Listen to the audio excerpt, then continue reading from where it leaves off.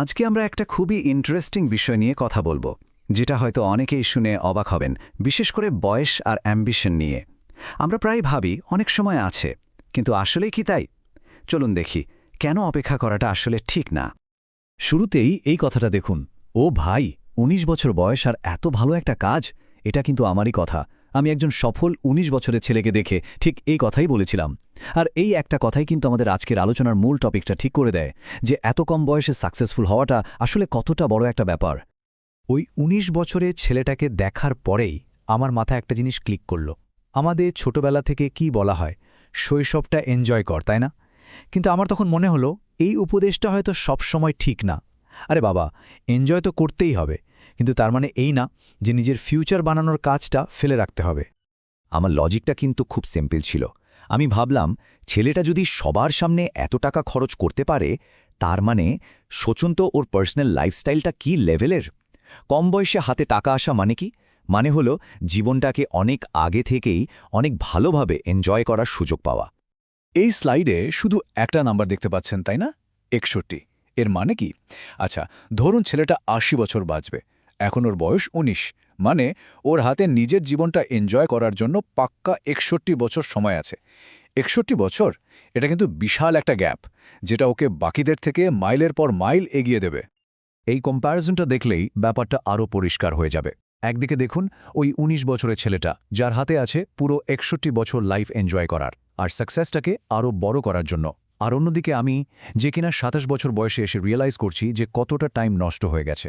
আসল কথা হলো স্পিড আর টাইমিং, এই দুটোই খেলার আসল নিয়ম। এবার আমি আমার নিজের গল্পটাই বলি। এটা শুনলে হয়তো অনেকেই রিলেট করতে পারবেন। আমি ক্লাস 10-এ থাকতে HTML, CSS, PHP দিয়ে কোডিং শেখা শুরু করেছিলাম। দারুণ একটা স্টার্ট ছিল, তাই না? কিন্তু কনসিস্টেন্সি ধরে রাখতে পারিনি। আর সত্যি বলতে কোনো গাইড করার মতো কেউ ছিল না। এখন আফসোস হয়, যদি সেদিন চেষ্টাটা চালিয়ে যেতাম, তাহলে আজকে গল্পটা একদম অন্যরকম হতো। আসলে আমার মনে হয় দুটো জিনিস খুব জরুরি ছিল। একটা হলো প্যাশন আর অন্যটা হলো গাইডেন্স। শুধু কোনো কাজ শুরু করলেই হয় না, সেটার প্রতি একটা টান থাকতে হয়। আর একজন মেন্টর বা গাইড দরকার, যে ঠিক রাস্তাটা দেখাবে। আমার ক্ষেত্রে এই দুটো জিনিসেরই অভাব ছিল, আর সেজন্যই জার্নিটা এত লম্বা হয়ে গেল। এখান থেকেই আমার সোচটা বদলাতে শুরু করে। সত্যি বলতে আমার প্রথম দিকের অ্যাম্বিশন খুবই ছোট ছিল। আমি ভাবতাম মাসে ৫০,০০০ টাকার একটা চাকরি পেয়ে গেলেই লাইফ সেট। আর এই মাইন্ডসেটটাই আমাকে বড় কিছু ভাবার থেকে আটকে রেখেছিল। এই স্লাইডটা আমার সবচেয়ে বড় ভুলটা দেখিয়ে দেয়। আমি কার সাথে কম্পিট করছিলাম জানেন? আমার আশেপাশের লোকজনের সাথে। তাদের কাছে মাসে ১০-২০ হাজার টাকার চাকরি অনেক কিছু, সেখানে ৫০,০০০ তো বিশাল ব্যাপার। আমি এটাই দেখছিলাম না যে আমার নিজের ফিল্ডের টপ লেভেলের লোকগুলো কোটি কোটি টাকা কামাচ্ছে, নিজেদের কোম্পানি দাঁড় করাচ্ছে। আমি আসলে ভুল রেসে দৌড়াচ্ছিলাম।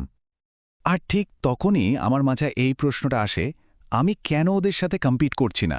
যখন আমি বুঝলাম আমার টার্গেটটাই কত ছোট, তখন নিজেকে এই প্রশ্নটা করলাম, কেন আমি এই ছোট গণ্ডির মধ্যে আটকে থাকব?